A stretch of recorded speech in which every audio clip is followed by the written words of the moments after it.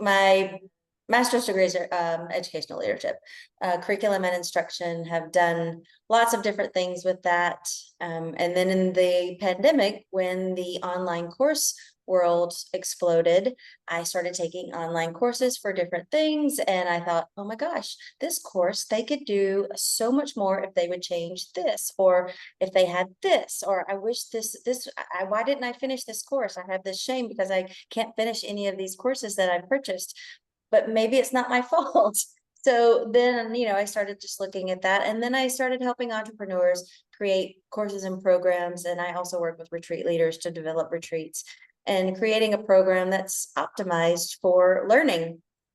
Because creating a course is more than just creating an outline and telling people what we want it to be transformational and have an impact. So that's what I do. Thank you. Yeah, I appreciate what you said about not finishing up training. So many of us, myself included, purchase courses and trainings, and then not having enough time to finish it is one of the struggles that I think a lot of people have. How do you help people resolve that issue? When I first started, I had this measurement in the way that I spoke about it of how many people are completing your courses. And then I realized that was the wrong measurement, because if I need to know how to do something, maybe I don't need to finish the whole course to know how to do it. What I need to know is what exactly, or which modules, if it's not the whole thing, unless it's a certification of some sort. But, so maybe it's not so important. Maybe that's not the right measurement, was the conclusion that I came to. So then I really started focusing on, how do you identify what is the transformation that your program offers, and how are you communicating that? And then how does that align with the outcomes of different modules in that course? And I think consultants and therapists, I think, could really utilize this. Anyone who wants to make an impact and works one-on-one with people, or in small one to few, to say, okay, here are the questions. This is where I feel you struggling. Please go and watch this module. And next week when we talk, we're going to go through points X, Y, and Z, and then you kind of have that ready. So I think that, finishing the course is not always the measurement we want, but the level of impact and the transformation, I feel like that is how we measure that. And a lot of times we measure that by reviews, referrals, and testimonials, because that is the level of impact we've had. And we were just speaking a minute ago about, why are those important? And, being able to hear how someone's course impacted them, I can relate to that maybe differently than what I even think I need. Maybe I don't know what I need. Yeah, I think this is where, I don't know, Jack, I'm curious about your input, but maybe this is a little different in our world of EMDR therapists, or therapists in general, because a lot of our courses, at least the courses that I develop or other develop and host in the EMDR learning community, are credits. So you have to finish the course, and we have a little big brother thing that we see where you are in the progress of the course. If you don't finish the course, or you don't finish, all what you're supposed to do, you're not going to get your credits. So in our case, it is finish one of the measurements that we need to take into consideration. Jackie, Sure. what do you? I think it's great to have that that option to go to like the one piece of it and just double down, or watch it over. And I love doing that in a course, just watching something over and over again till I like beat it into my brain. But we do have to have like the whole course done for the credit piece. So I think that offers values on your value, to be able to link it to the consultation as well, where you said like, let me have you watch this and bring that knowledge back so we can have a more kind of flowing conversation. One thing comes to mind too, though, Marla, that would be an extra benefit to that would be that, like, as EMDR therapists, we have so much knowledge, And to just talk about like one specific thing, it's hard unless we have put a framework there. So I think that Right. offers value, just being able to hone us into where we're not just all over the place and it's a little bit For more sure. targeted. And we all need different things at different times, right? I mean, that's why what I created when I went through all of that, because I would find myself deconstructing other people's courses and almost recreating it for myself, but so that to meet my learning style or to meet my frame of reference so that you could meet me where I am. And so created the Refocus framework because the framework is just that. It's a frame, so you have your pace, but at the same time, it allows for me to have flexibility depending on who I'm talking to. Yeah, can you talk, Marla, a little more about the reframe, the framework that you created and how it helps with, do you help people to develop their courses, or do you help people when they already have existing courses and to kind of like, I don't know, maybe align them better with what they need to be? Both. I can start from scratch. I have services where I can do it for you, where I work with you for 6 weeks and we go through it and you give me the knowledge and then I break it out into the framework and we work together through 6-8 weeks to make sure it gets to fruition. Or if you have a course that needs to be optimized, I work with you to define what are the results that this course should get or should give, and what are your pillar content pieces that should be in this course, and does the course actually align? I'm sure all of you have heard of Bloom's taxonomy, right? It's sort of a educational thing, it's a learning spectrum, basically.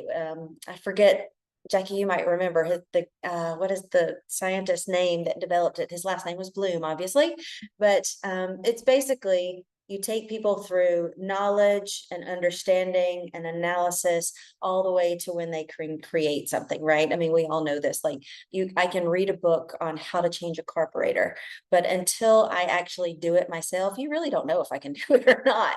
And so being able to structure your course in that framework. So my refocus is my acronym for my framework. And the first is results. What are the results that you are promising for this course or program? And I usually start people with, if someone were to write a review about the program after they finished it and the impact and the transformation that it had for them, what would you want them to say? And then we take that and we extract the real pillar contents from that. And then we take that and break it into, the course. And so we start with the end in mind. And then the E is engagement. Where are the engagement pieces in this? Where do people, and you practice this over cohorts of groups so that when people get overwhelmed, and when they've gotten too much, and when their eyes are glazed over. And so you take that and talk about where are the engagement pieces and where do they need to be. It's like getting hooked on a Netflix series where you have to watch the next one. You want that dopamine hit to get the next one. So you build that also into your program. And then the F is feedback. Practice does not make perfect, it makes permanent. So if you're not telling me where I'm making a mistake and I think I'm correct, so building in those opportunities to give real authentic feedback. And then the O is objectives, objectives and outcomes. What are they getting out of each module? And then the C is chunking. It's too much information. Like Jackie, when you were talking about having all of that information, our brains can really, depending on frame of reference and level of complexity, our brain can really take 3 to 5 pieces of new information in a sitting or a learning episode, basically. This is Dr. David Sousa. He does a lot with how the brain learns. I've trained with him personally, and it just really made an impact for me. But being able to take what are those 3 to 5 things that they're going to get out of that one sitting. So that's chunking 3. U is unique.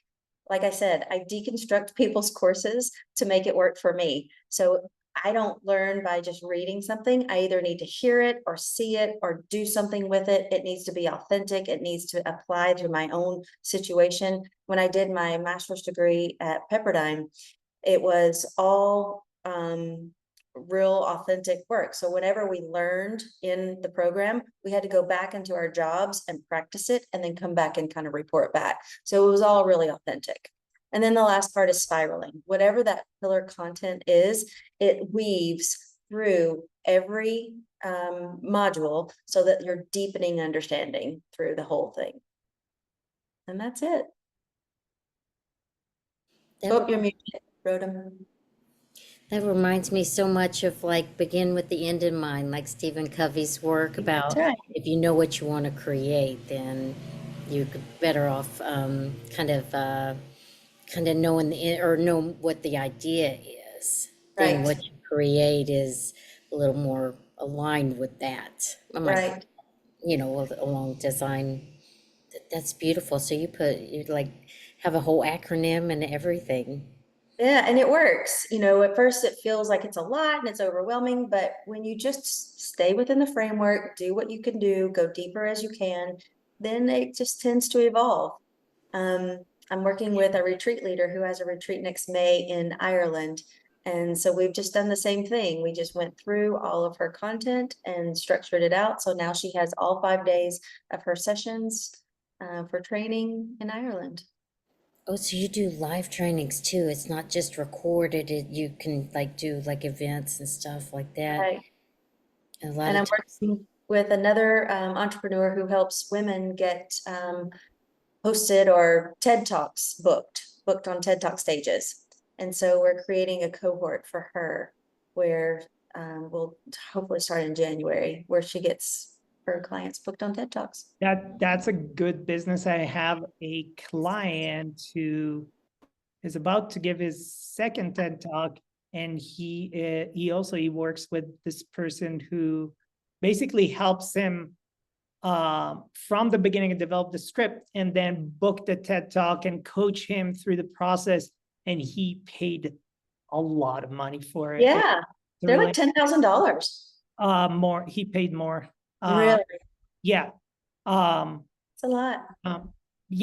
I'm wondering, Marla, one thing that I am really, really interested in, and I'm trying to implement in our courses, is feedback. Because I'm always working with the mindset, I want to know what you think so I can do my work better. So we teach, our courses are taught in cohorts. And we also take as much feedback, and I'm trying to explain to people, I'm not taking it personally. It's not criticism. It's just helping me to do a better job next time. So I really, really want your feedback as much as possible. And I still feel sometimes people just are trying to be nice. Whereas I'm emphasizing, it's really nice to hear your kind words, but I'm also more interested in hearing what can I do better next time. So how do you approach that? How do you help your clients get like honest and constructive feedback? So I understand what you're saying, but it is difficult to get people to really be brutally honest sometimes. I find when you take that, I said in the beginning that I want you to write a review. What are the 3 to 5 things you want them to say of how you transform them? And then ask those as questions, more open-ended, but saying, instead of saying, did you get this transformation, whatever it is, by the end of this course? Because then they can just answer yes or no. But if you look up essential questions and how to write essential questions, they are open-ended questions that don't have a right or wrong answer. And there's a whole science behind writing them. And so being able to structure them that way. Yeah. you say essential questions? What was? Yes. Oh, okay. Okay, so make it more of like, it's not did you do this well or not well, as what was your experience type thing, like, oh. Right. So it's just coming up with there's no right or wrong answer. I'm trying to think of a good one right now. Of course, on the spot, I cannot think of anything. Um, so if a transformation, give me something in the course, Rodham, that you might want feedback on, and I'll see if I can reframe it. Transformation? Mhm. You In want, a you want like an example of something in one of our courses that we would Right. want some feedback? Sometimes people in my course get overwhelmed with like I work with children. So they get overwhelmed with like remembering, there's a different phases in EMDR. So they can't remember what's in phase 3 while they're like crawling around the floor or sword fighting or something like that. So they need to know how it works with kids, and how to how to do it with fidelity, how to remember the pieces. So And so when you teach it, what do you hope that they say about the way you taught it? this is what they really say. This is what I hope they say too. Not everybody says it probably, but I could definitely change my evaluation more to open-ended. This finally makes sense. Okay. I can see how this works with kids now. One lady told me that, like, she said those same words, and I literally had like tears welling up in my eyes because it's so confusing. But I don't think that's everyone's experience, so I have room to the demonstration is what really helps with mine. But I could Okay. ask, like, does it make sense? Or no, that wouldn't be open-ended. That's right, because they would say yes or no, but you could say, how did you think about this before the class? And then after what we went through, now what's different? How do you think differently about it now than you did before what I taught? And then that shows the transformation. You want to look at the gap between where they started and where they ended. And that is the transformation. So getting them to comment on that and recognize that. And that's part of our job also, I believe, as teachers and instructors, is to recognize where they are, where we're promising they'll be at the end of our training. And then, so if you think 0 to hero and the gap analysis between that, that is the transformation. So getting them to acknowledge where they were, where they ended up, and how you got them there, that would be a feedback loop that you could use. Oh, that's great. Would I ask them specifically, like before this training, if you reflect back, what was it like to do MDR with children? And then where are you at now? What's different? I would do it, I build it into my courses. So in the first module, I would ask them that question. What do you know about EMDR? Did I say it right? Yeah, EMDR? EMD. With children. I always get the D and the M mixed up. What do you know about it now? What do you wonder? What are you interested? What do you hope that you're going to learn? Then they've already written it down. Uh-huh. Then at the last module, you say, now that you've gone through all of this, looking at what you wrote in the first module, what's different? Then you don't have to ask them to remember, you've already had them to write it. And the way that I do it is when I build courses is I build those pieces in. Then when you ask them, can you write a testimonial or a review so that other people know how this could help them? They already have that, and they have that beginning and the end.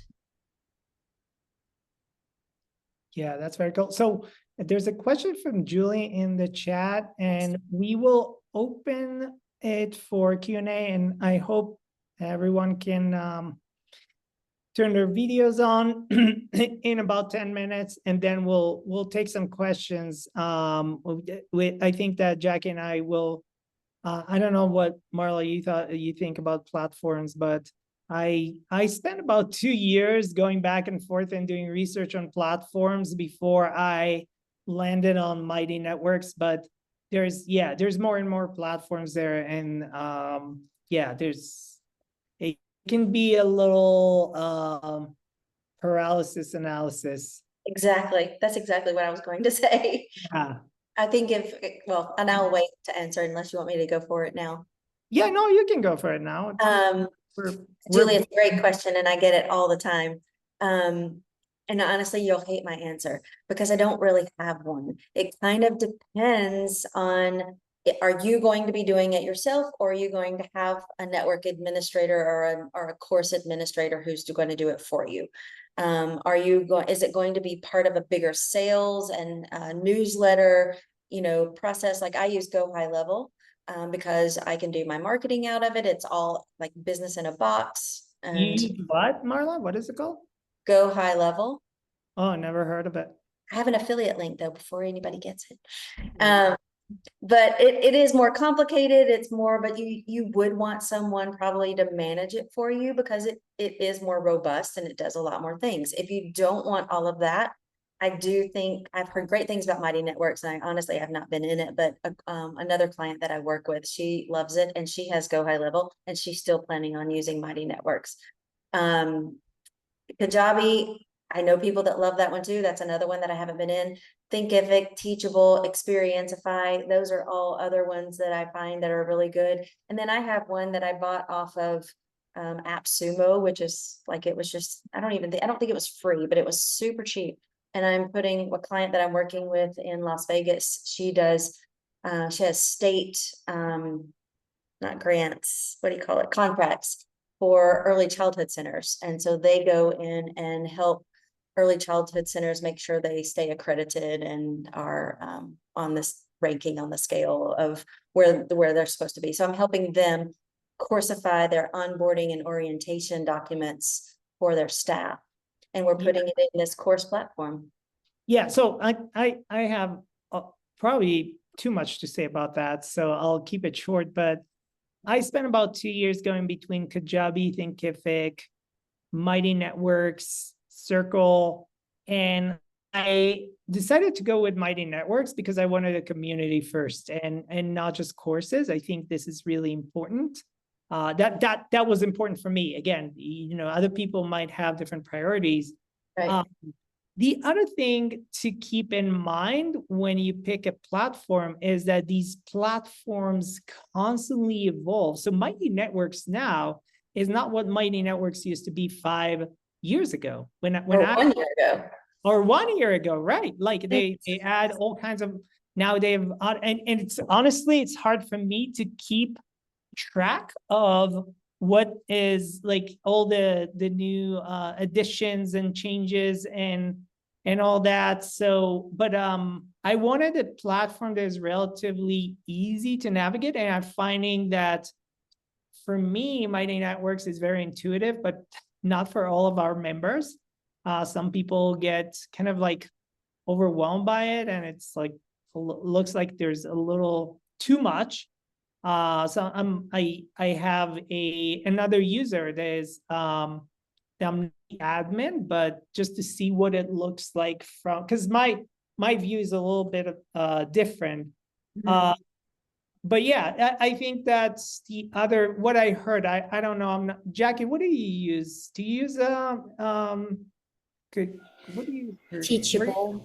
Teachable, yeah. Yeah, I use Teachable, but I have that one course that I built out in Mighty Networks. And then to create it, I use Camtasia. So I use it for my live and for my recorded. So my live ones, I have a little bit of a hybrid in there, like a refresher for EMDR if I'm going to teach something advanced.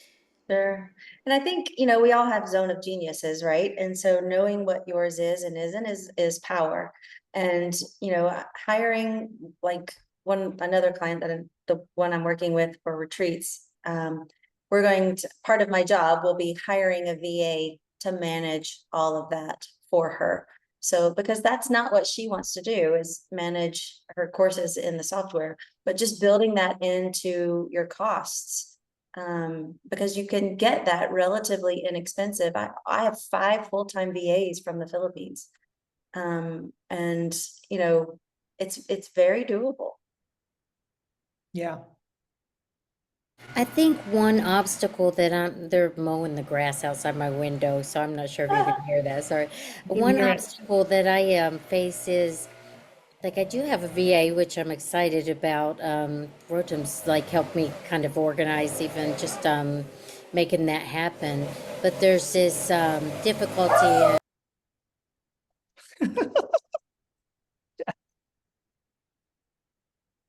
There's a lot going on. It's a leaf blower out there. Is finding a support person that can do, and you say you have a team of people. And Rotom has a wonderful VA. Mine's wonderful. She just can't do an array of services.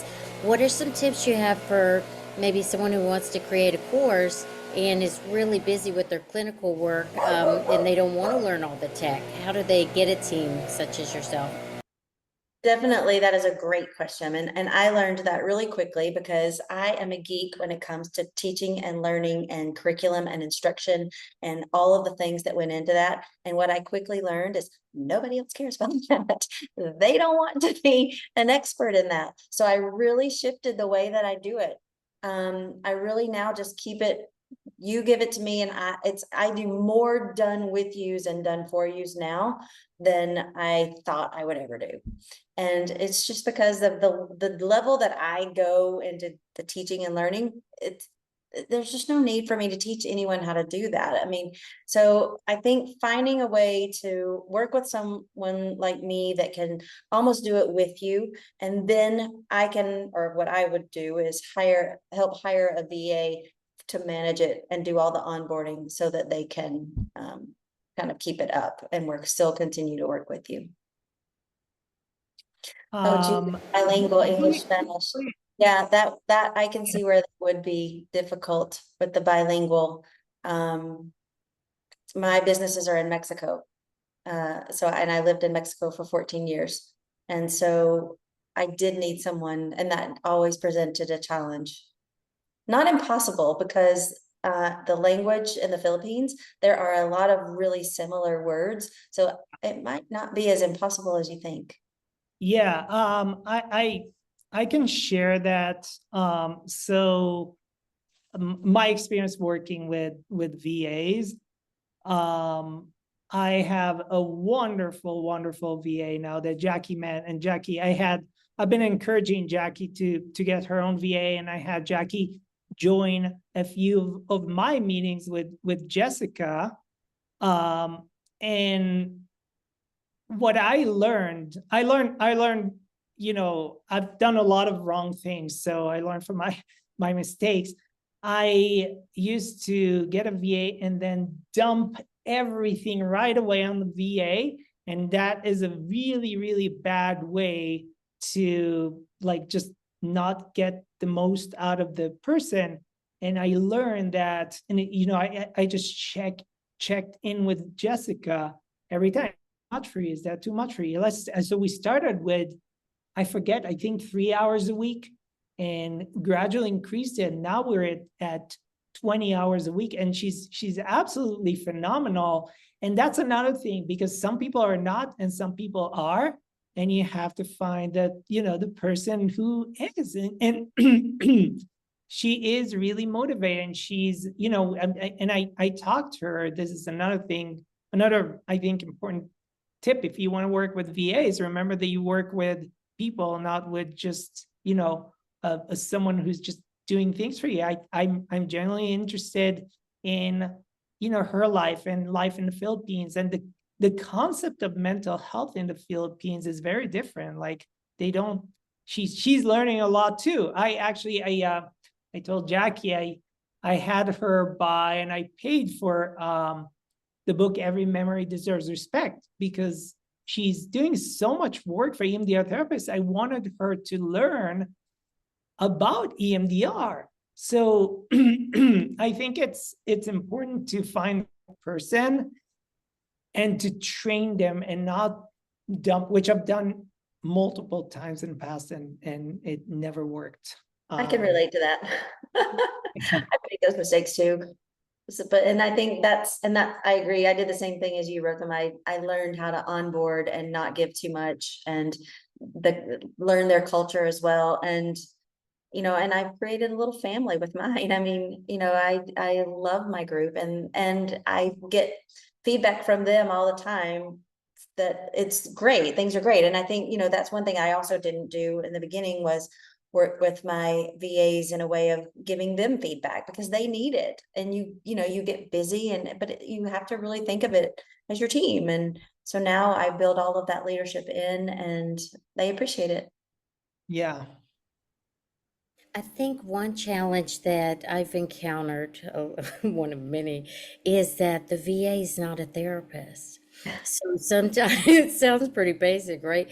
But some things that I think is common knowledge, that it's not for a virtual assistant. So I think that's what I've learned along the way is spending some time just sharing with her about what EMDR is and what are some of these jargony words. It seemed real helpful. It's time consuming, but it makes a big difference. For her, I could imagine it's probably crazy, like maddening to try to create something out of something you don't understand Yeah. or familiarity. Yeah. And I think this is where you, first of all, you pick the right tasks for them, right? Because like to edit video, for example, you don't need to be a therapist. But maybe to do certain things,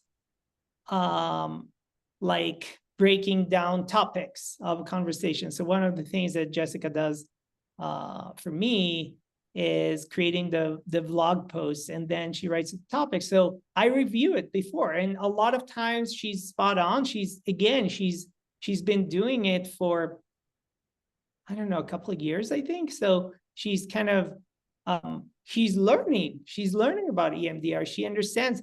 If you asked her like 2 years ago what EMDR is, she would have no idea what it is. And now she knows more. So again, I think that training the VA, educating the VA, and I wanted someone who has genuine interest in what I do, and not just someone who knows how to edit videos. And I think that this is what I'm hearing from Jessica, unless she fakes it really, really well.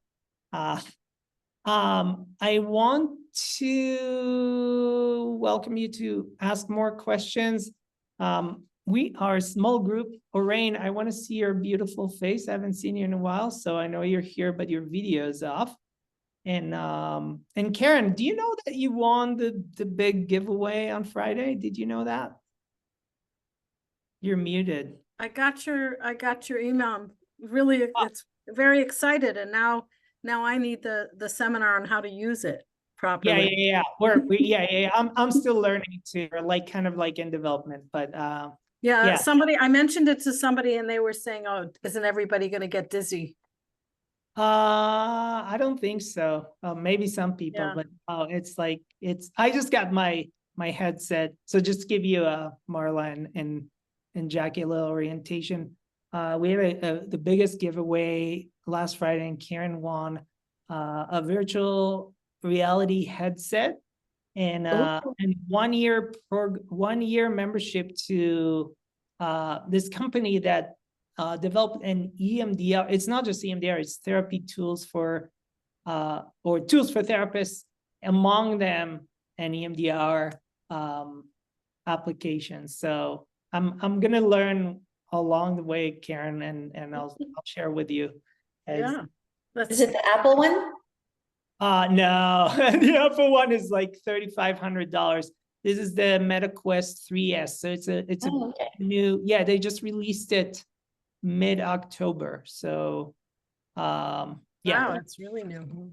I know the model, the African American girl with her ponytail, and she's from East Lomerhedes. Like I've known her since really? baby.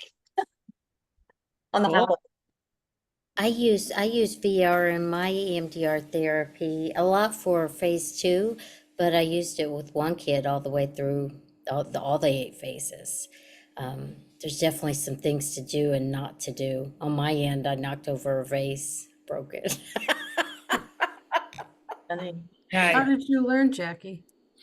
Trial and error. Like I learned as soon as the vase broke that I need to be aware of my surroundings. And that sounds so bad. Like if I were to create a course, I would do like what Marla, like what do I want to say in the end? That probably wasn't the best response. I took my integration of playfulness into like the virtual realm. So I thought, okay, this is how it works in my office, and this is how it works online. Now I'm going to do it in this capacity. There are benefits that's above and beyond in limitations too. So one limitation is if they have OT issues. One kid got threw up, he got sick because of spatial awareness. But then you have access to movement that you don't on other telehealth sessions. So it's like that some really, really good in between, in person and online. You get some powerful therapy, and you get access to kids that, or people. Gosh, I've had maybe more adults in it really than kids, more people than they wouldn't go to therapy otherwise. Yeah, that's cool. I am wondering, Orain, if you are in a place where you can unmute yourself and turn your video on, because Orain just recently had or is going to have a, she also lives on an island and had or is going to have a retreat for women. So Oh, I'm nice. wondering. That's why I'm on the floor in a different room. There you are.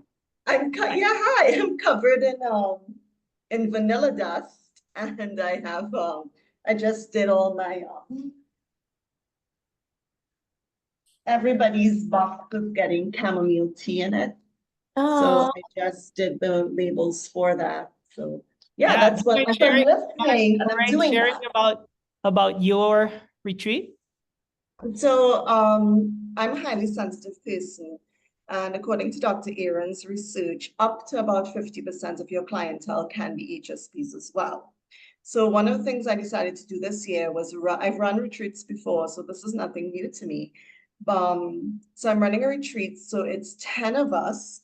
We're staying in a very luxurious Airbnb.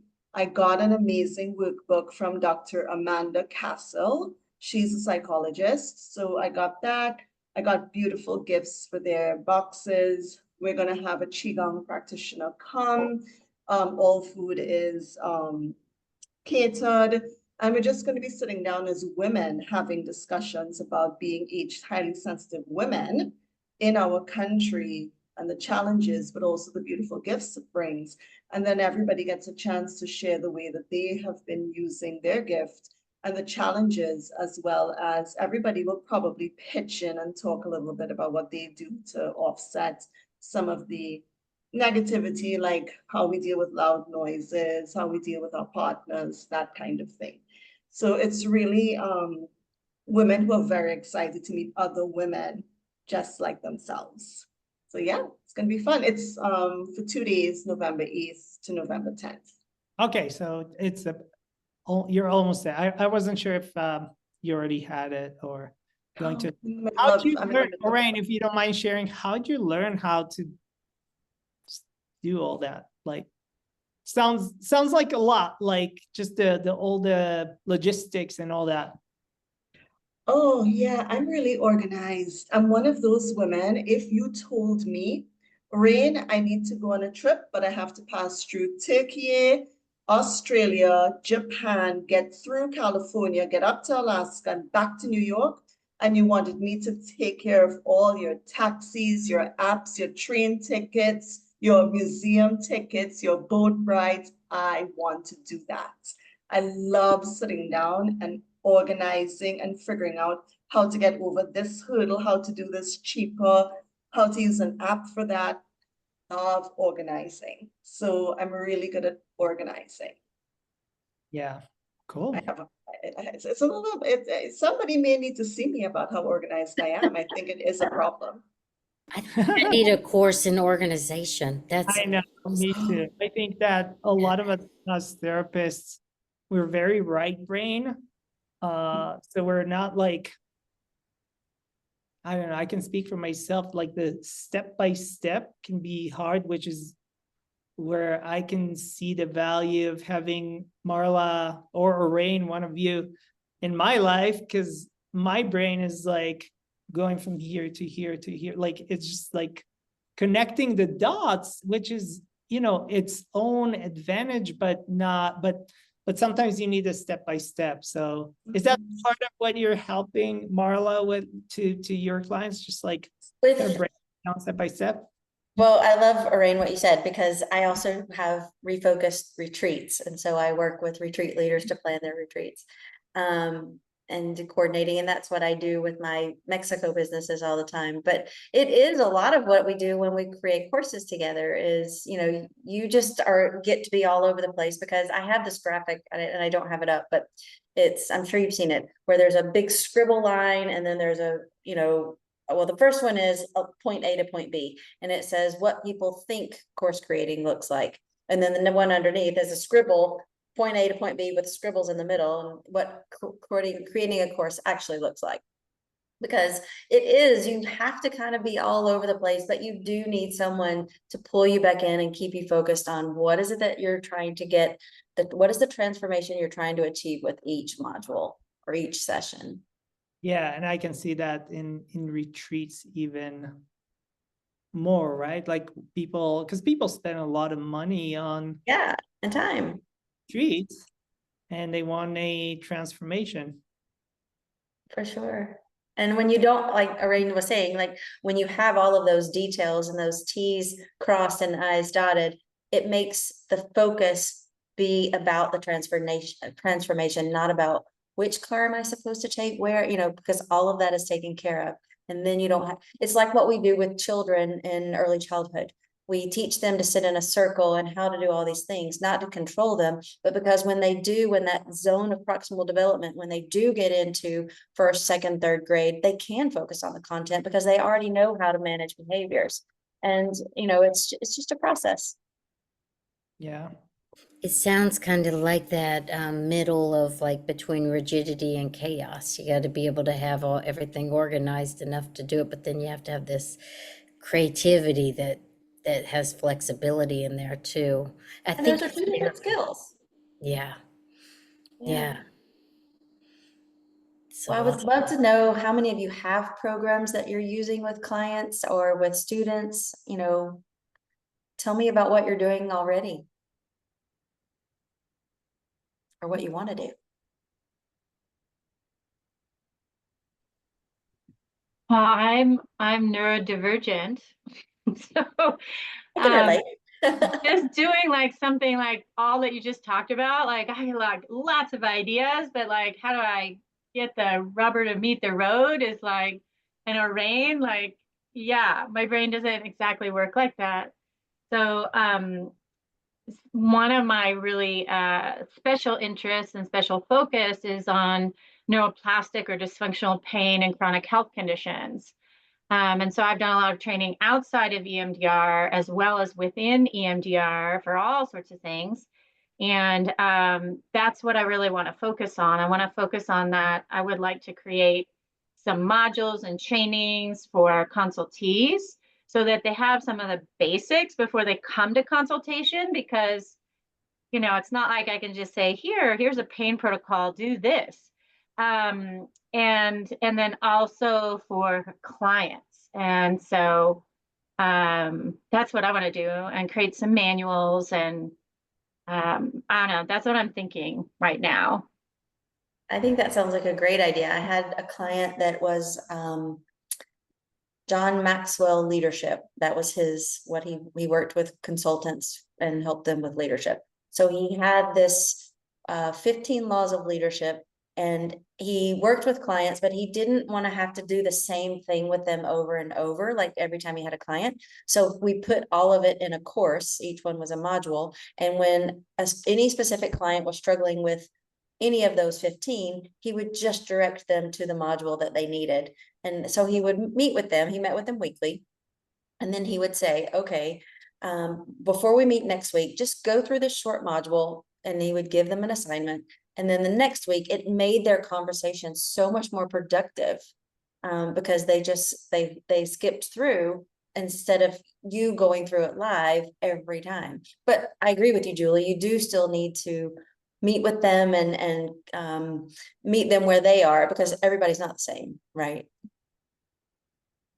Yeah, and I would say, Julie, just you're in good company, because I think that Jackie and I are also kind of like, we tend to be all over the place, and then we kind of have a lot of ideas, like more ideas than we can implement at any given time of any day. But then at some point you land on something that is worth, like for me, it's psychedelics. So I'm as excited about the integration of psychedelics and EMDR as I was when I first found out about EMDR. And now that psychedelics are getting more social acceptance, this is my my real passion. And I think that this passion, sometimes you have to kind of, I don't want to say fake it, but you have to narrow it down and then just stay with one thing, and don't expect, like you'll still have a million ideas kind of floating, but at some point you have to narrow down and say, all right, this is what I'm most passionate about right now, and this is what I need to focus. But also get some help from colleagues, get some help from people like Marla or Rain that can help you. Get some help from, even like Jackie is also has her own ADHD, but I think that Jackie and I get so much out of each other, but just, hey, Jackie, I have this idea. We meet once a week at least, and we talk about things and our ideas and how are we going to do that, and get that feedback from a community member can be really, really helpful. And having an integrator. Oh, sorry, Jackie. Oh, yeah. But having an integrator, like the woman that I spoke with that I'm going to start working with for getting women booked on TED Talks, that was her. The whole neurodivergent, she's like, I'm all over the place. I know what I want it to be, but I don't have what it takes to get where you said the rubber meets the road, to make sure that it gets there and that I see it through to the end. And so that's why I'm working with her on that, is to help kind of contain it all and get it laid out. Yeah. I think, Julie, with the neurodivergent, or is it ADHD? Is what you're saying? That's why I have this board behind me. Like when I have an idea, like there's this impermanence that goes with ADHD. If it's not right in front of you, it's like gone, and then you forget it. So I have like boards up around my house, even in my bedroom, and then I just write down all my ideas, and then you organize it into modules. And the trick is get it while the dopamine is accessible in your system, and just power through it and be easy on yourself. Just keep going back to it. And if it's right in front of your face, you're going to go back to it. If it's not, if it's in your notes or in your Google Drive, you're going to see it 10 years later and you're going to be like, oh, yeah. Yeah.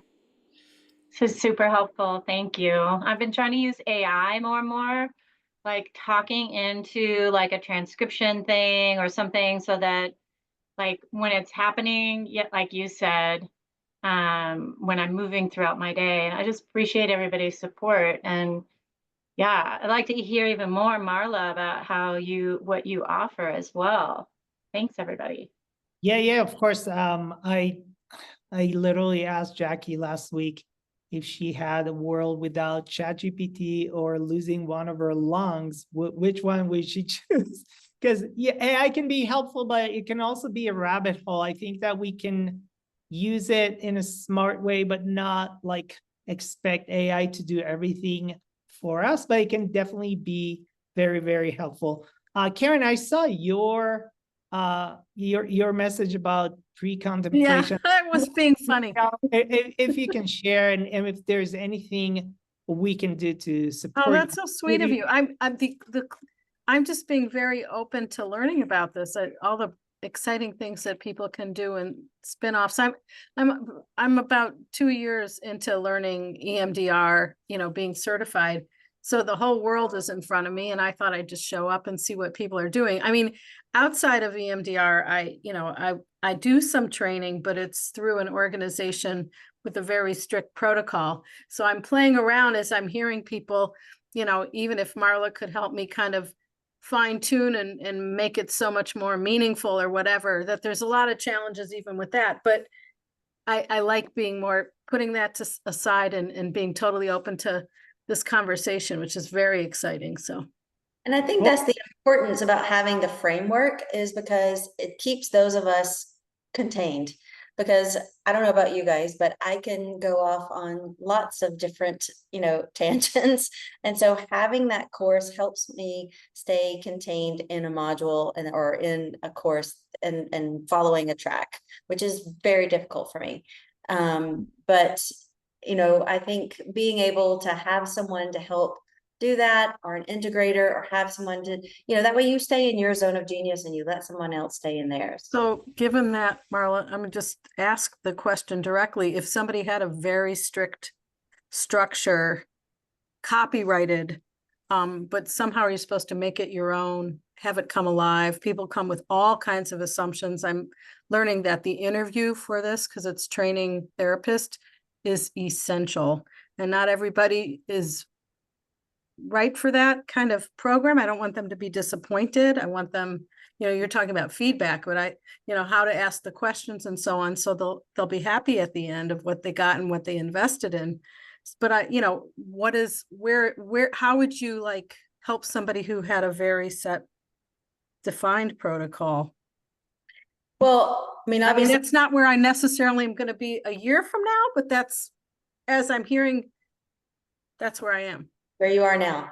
So I think if you have that protocol to follow, and definitely if it's a protocol for a reason, right?